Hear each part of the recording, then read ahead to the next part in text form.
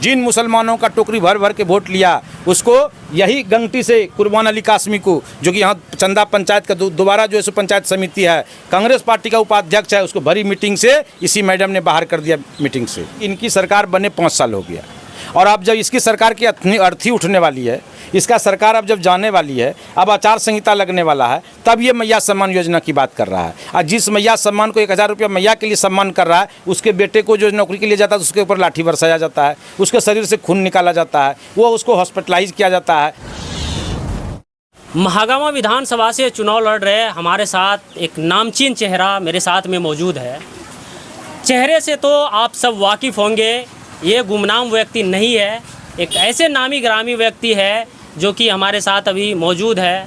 महागामा विधानसभा से जो भी व्यक्ति है ज़्यादातर लोग पहचानते भी होंगे, जो नहीं पहचानते उनके लिए मैं बता दूं हमारे साथ मौजूद है जवाहर यादव जी, और काफ़ी एक्टिव है, इस बार भी चुनाव लड़ रहे हैं। क्या मकसद है इस बार चुनाव लड़ने का? आप देख रहे हैं ज़ोर शोर से प्रचार चल रही है आपका, आपके कार्यकर्ता जो है जगह जगह आपके लिए प्रचार प्रसार कर रहे हैं। आपका इस महागामा विधानसभा के लिए सबसे पहला मुद्दा चुनाव लड़ने का क्या है? लोगों को क्या आप उम्मीद दिलाने के लिए आए हैं? देखिए, सबसे पहले तो आप सभी चैनल के साथियों को, दिलकश के साथियों को बहुत बहुत बधाई, झारखंडी जोहार करते हैं।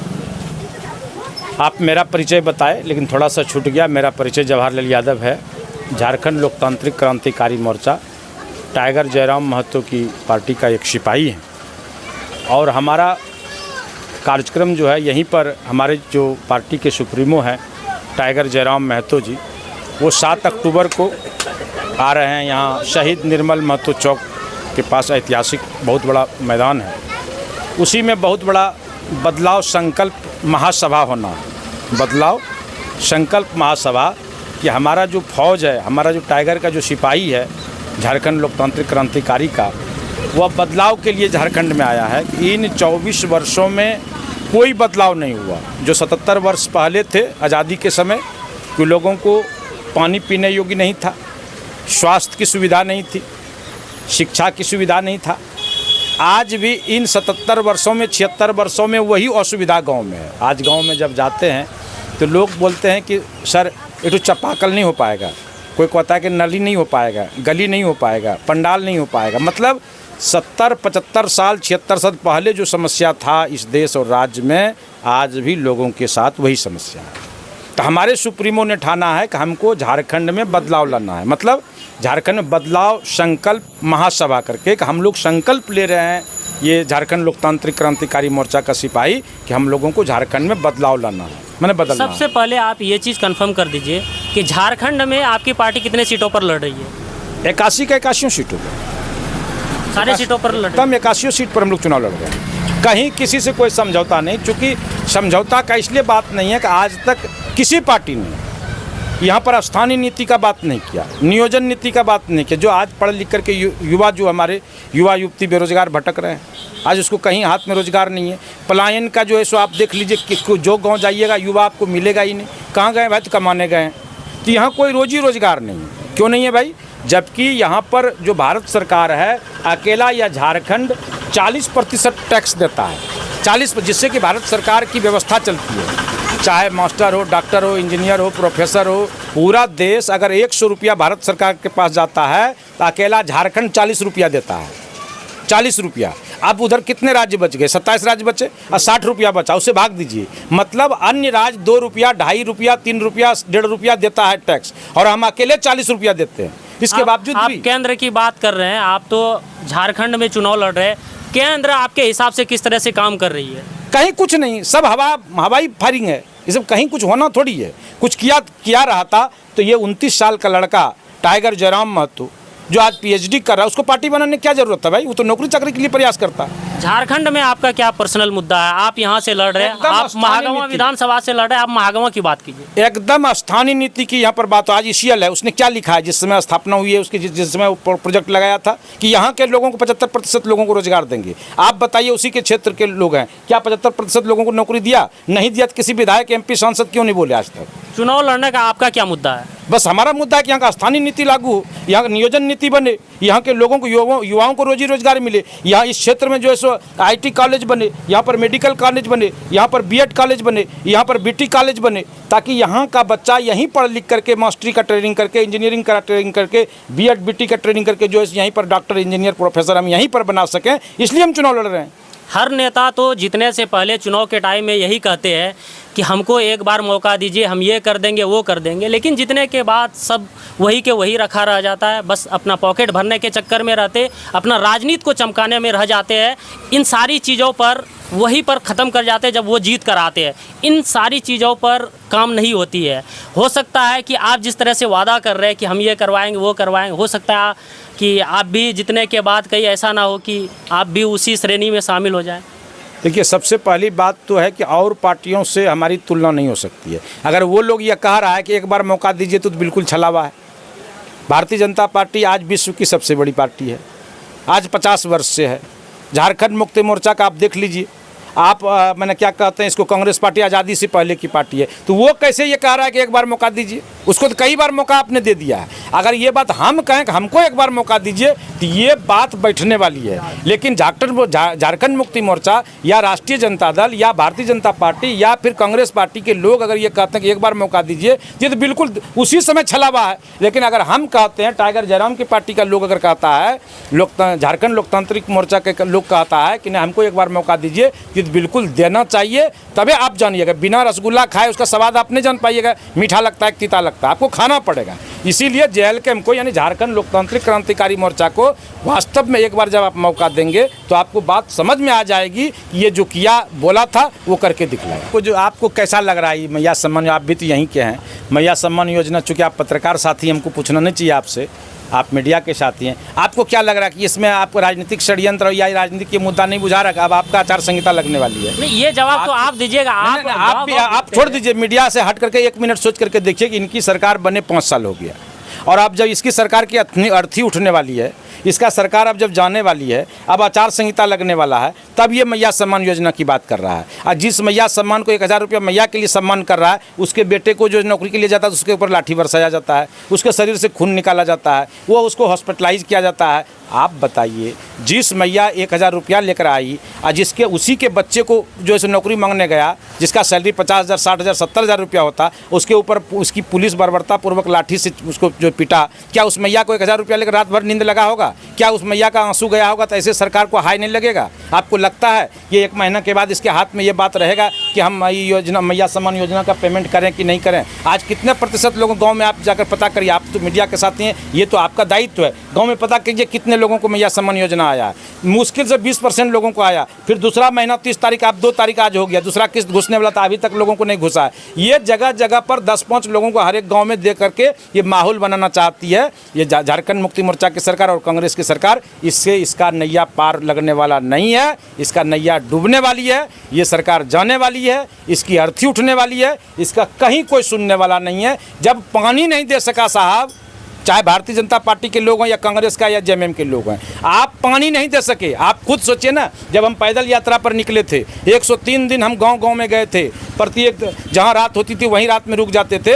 आपके महागामा में जहां अनुमंडल पदाधिकारी रहते हैं, जहां सारे लोग वहां पर रहते हैं, ECL वहां पर है, एशिया के सबसे बड़े कोल फील्ड है, वहां पर जो है पानी पीने का नहीं था। गांधीनगर में एक साथी के यहाँ रुके थे, उन्हें जार वाला पानी ला करके हमको नहवाया, बाथरूम भेजा, उसी पानी से कपड़ा खींचे, क्योंकि पानी बोरिंग फेल था। क्या बात कर रहे हैं आप विकास की? आपने पानी दिया है क्या? आज चलिए गांव में, अगर आपको चापाकल मैक्सिमम खराब नहीं मिलेगा, मैक्सिमम चापाकल में ट्यूब बांध करके और तार करके ठीक किया है, मैक्सिमम जो है जल मीनार खराब अगर नहीं होगा, जवाब यादव राजनीतिक छोड़ देगा, उसको दिखाई नहीं पड़ता है। चलिए हॉस्पिटल, अभी सुनिए, चलिए हॉस्पिटल, आप जितने भी रोगी है उसको पूछिएगा कि आपको दवाई मिलता है, उसको आला लगाकर खोखवा दिया और चिट्ठा बड़का लिख करके जाइए बाहर से दवाई ले आइए। कहाँ गया है यहाँ का मंत्री? कहाँ गया है विधायक? गरीबों को दवाई नहीं मिल रहा है। कहाँ गया यहाँ के लोग जो आज जो गरीबों को परेशान किया जा रहा है? आप जाइए थाना, क्या बिना पैसा का आपका काम हो जाता है? जाइए ब्लॉक, 50% साहब घूस लेता है, मनरेगा में 50-52% घूस लगता है। कहाँ गया ये लोग विधायक और मंत्री? इसको पता नहीं है क्या?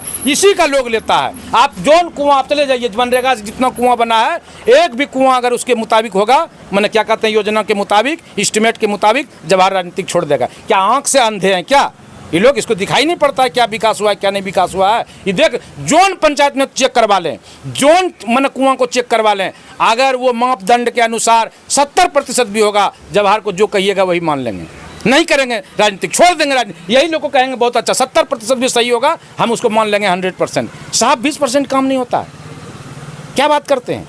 एक डोभा को 5 बार जो पैसा उठा लिया है, किसके पास जाइएगा, कौन सुनेगा। गरीब का कोई सुनता है साहब, कोई नहीं सुनता है। महागामा विधानसभा से आप चुनाव लड़ने जा रहे हैं, हर बार चुनाव लड़ते भी हैं, कहाँ कमी रह जाती है। ज़्यादातर देखा जाए यहाँ पर बीजेपी और कांग्रेस की पकड़ है। कांग्रेस हर बार वादा करती है, वादा किए।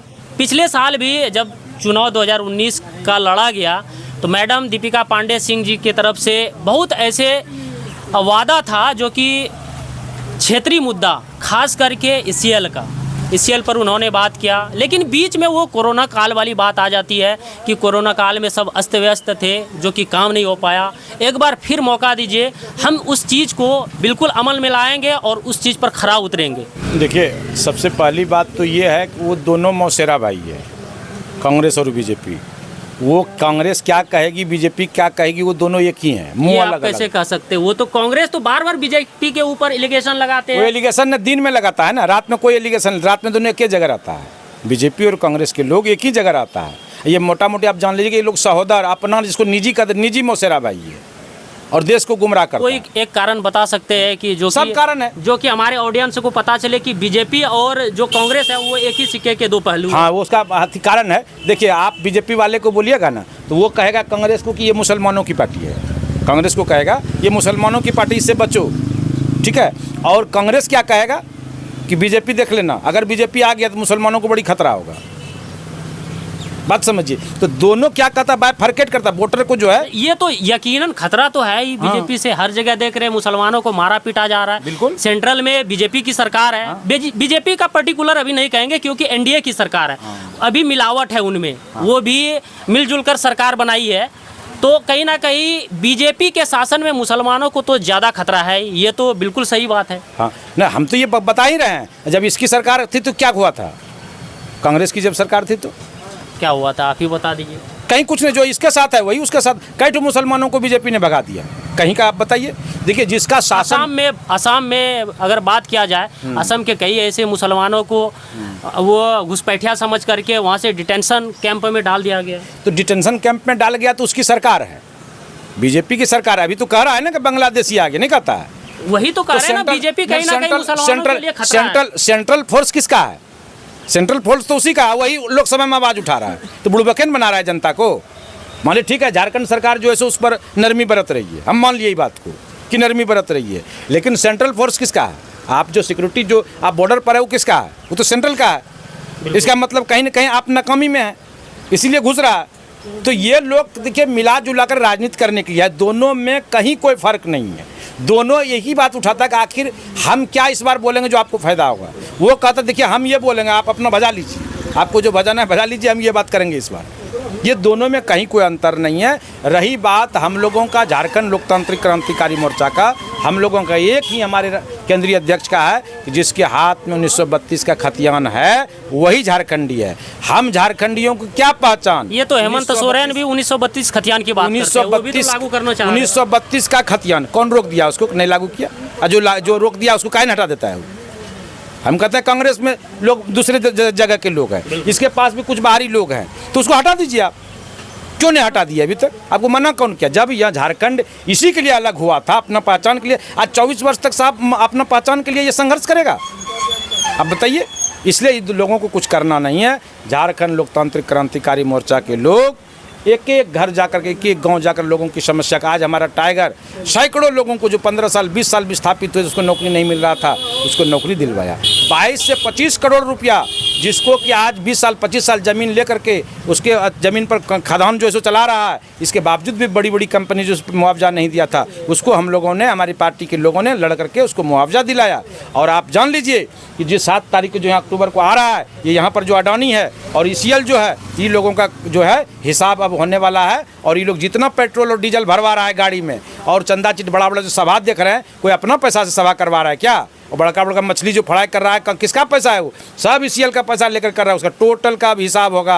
और झारखंड लोकतांत्रिक क्रांतिकारी मोर्चा का लोग इसका हिसाब लेकर के झारखंड में नवनिर्माण झारखंड का हम लोग जो है सो निर्माण करने जा रहे हैं। और युवाओं को यहीं पढ़ा लिखा करके मेडिकल इंजीनियरिंग आपका BT B.Ed कॉलेज खोल करके यहीं पर पढ़ा कर ट्रेनिंग करवा करके यहीं पर लोगों को नौकरी देंगे, पलायन करने नहीं देंगे। चूँकि हम अकेले इस देश में 40% टैक्स देते हैं, बाकी सब 2.5% 2% टैक्स देने वाला राजा बनेगा। वो लोग हमको गाली देगा, वो लोग को हमारे ऊपर जो है सो अत्याचार करेगा। हम 40% टैक्स देने वाला बैठल रहेंगे। अब हम लोग चुप नहीं बैठेंगे। जिन मुसलमानों का टोकरी भर भर के वोट लिया उसको यही गंगटी से कुर्बान अली कासमी को, जो कि यहाँ चंदा पंचायत का दोबारा जो है सो पंचायत समिति है, कांग्रेस पार्टी का उपाध्यक्ष है, उसको भरी मीटिंग से इसी मैडम ने बाहर कर दिया मीटिंग से।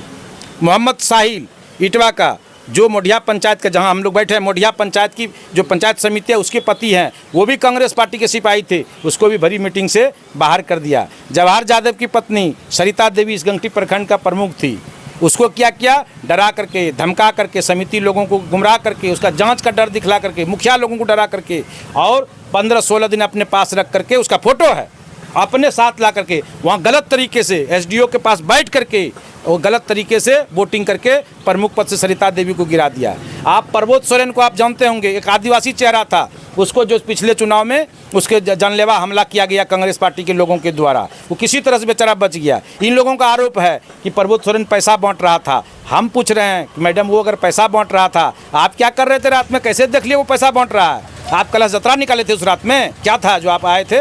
देख लिए, आप भी पैसा ही बांट रहे थे। अगर वो पैसा बांट रहा था, मान भी लिए थोड़ा देर के लिए, देश में लोकतंत्र है, आप पुलिस को बुलाते, उसको जो पुलिस के हवाले करते, उसको यथोचित सज़ा मिलता, जेल जाता, लेकिन उसके ऊपर जानलेवा हमला करने का आपको अधिकार नहीं है। आज आप जाइए ढोड़ा पंचायत में, आज लगभग 10-12 जो है सो झोपड़ी गरीबों का, जो राय जी परिवार जिसको घटवार कहते हैं, उसके ज़मीन पर बुलडोजर चलवा करके आपका अपने परिवार के लोग, उसके रिलेशन के लोग हैं, आपका राइस मिल बैठा रहे हैं। अब आप बताइए, 40 एकड़ ज़मीन वहीं पर, वहीं उसी समाज के बड़े दबंगों के पास है, वहाँ के लोगों के पास है, लेकिन गरीब जो 1.5 कट्ठा 2 कट्ठा करके करवाया था बंदोबस्त, उसका गिरा दिया। उसी जगह थोड़ा सा आगे बढ़िएगा, गोवर्धनपुर और मड़पा के बीच में 12-33 समाज के घर को पिछले साल जो झमाझम बारिश थी, बुलडोजर चलवा दिया। आप बताइए किसके हैं? न आप दलित के हैं, न अगड़ा के हैं, न पिछड़ा के हैं, न यादव के हैं, न मुसलमान के हैं, आखिर किसके हैं? किसके पास जाइएगा वोट लेने के लिए? यहाँ क्या हुकूमत है? क्या कहते हैं, ये ब्रिटिश शासन है क्या?